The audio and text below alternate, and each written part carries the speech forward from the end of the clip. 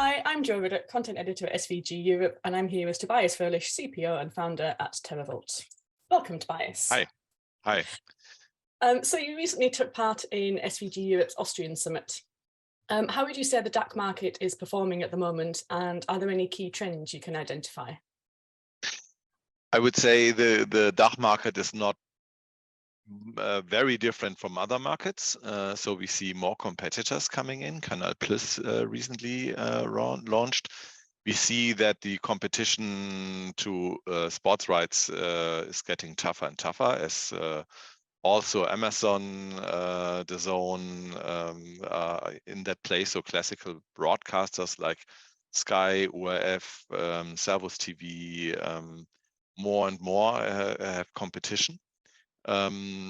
Yeah, so it's good for us because all their platforms need USPs. They need things to differentiate to the end customer. And the problem to the end customer gets worse because all the rights are on very different platforms, and the need for aggregation comes as well, is getting bigger and bigger.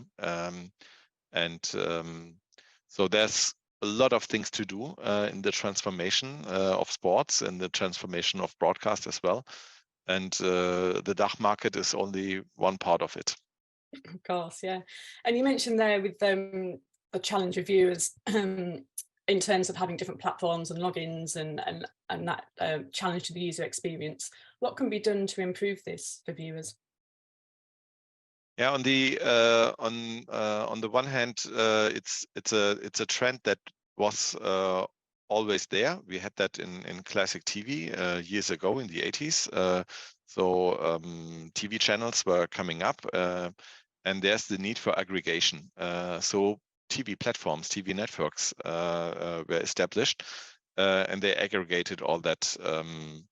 So now we have a trend that every OTT has its own app, and the rights are going into apps again, and somebody has to aggregate them.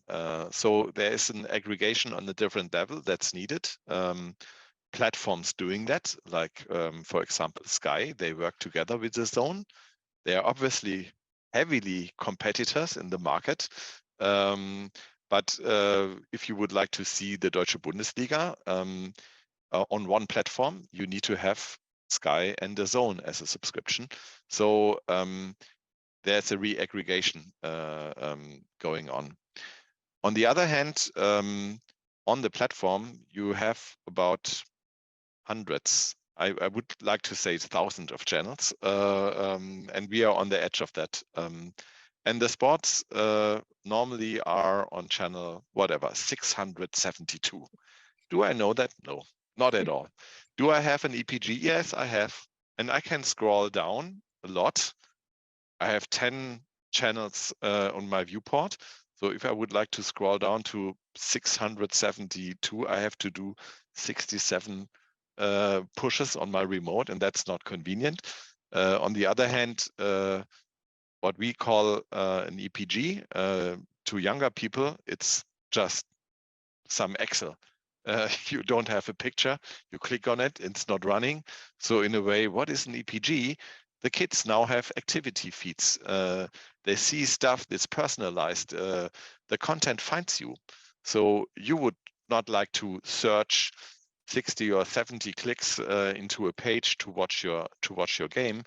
You should be able to subscribe to a game. You should be able to subscribe to a team, to maybe you would like to see more of this athlete, of that person. Maybe it's because of your nationality.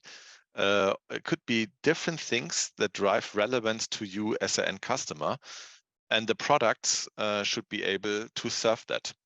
So a lot of metadata is needed for that, and the metadata should be organized, and the platform needs to provide all that personalization features to the end customer. So you save the login once, you save personal flavors, personal favorites for any customer. You maybe detect passive the navigation behavior, and you would see, Joe likes this or that. She's into cooking content.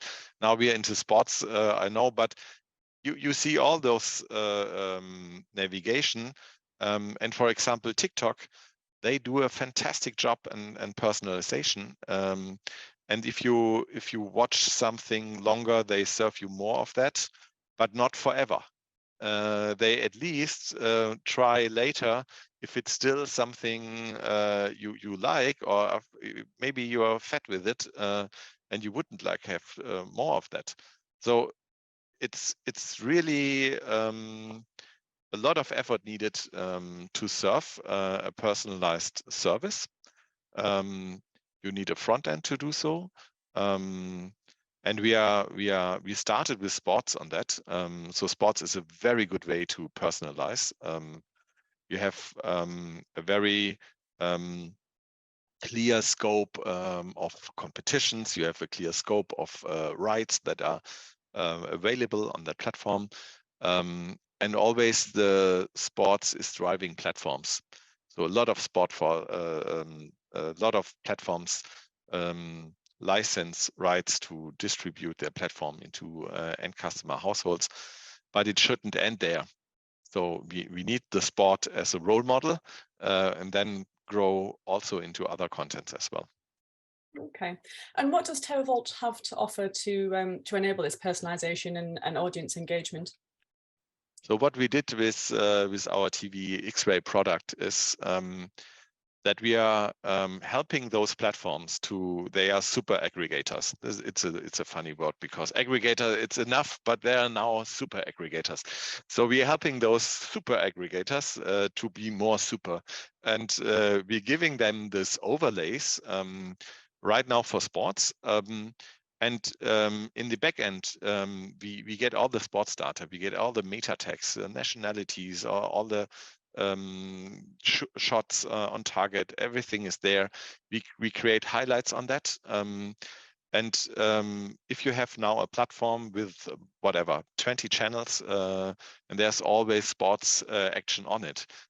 Different leagues, could be La Liga, EPL, Bundesliga, and they're playing at the same time. Maybe you have your Formula One race also on the weekend, and there's some golf playing in Augusta. Yeah, now you have the problem. You have paid for it, but you can't only watch one channel, because physically we are not able to watch several programs at the same time. So what we are trying to do, or what we are doing, is we have something like, we call it assurance of relevance. So you can subscribe to certain things, to certain events, and if you watch one thing, you get some small pip alerts, and you are able to now switch to the program because there is a goal shot. You would like to see the goal. You maybe would like to see the data, and you call the widget, and you see the stats of that player, and then you are back to Formula One, because now you have seen it, it's okay, but you're more interested in Formula One, but you get all the live action. So on an afternoon, you could watch between several sports, several events, all that it's necessary. And if you don't want to do that, you could also go later to a game and then decide how much highlights you would like to see. Maybe you would like to see only 3 minutes, and it would be a classical summary highlight. But maybe you would like to see 15 minutes or 20 minutes, and you would be able to do so. So it's on your preference, on what you would like to do.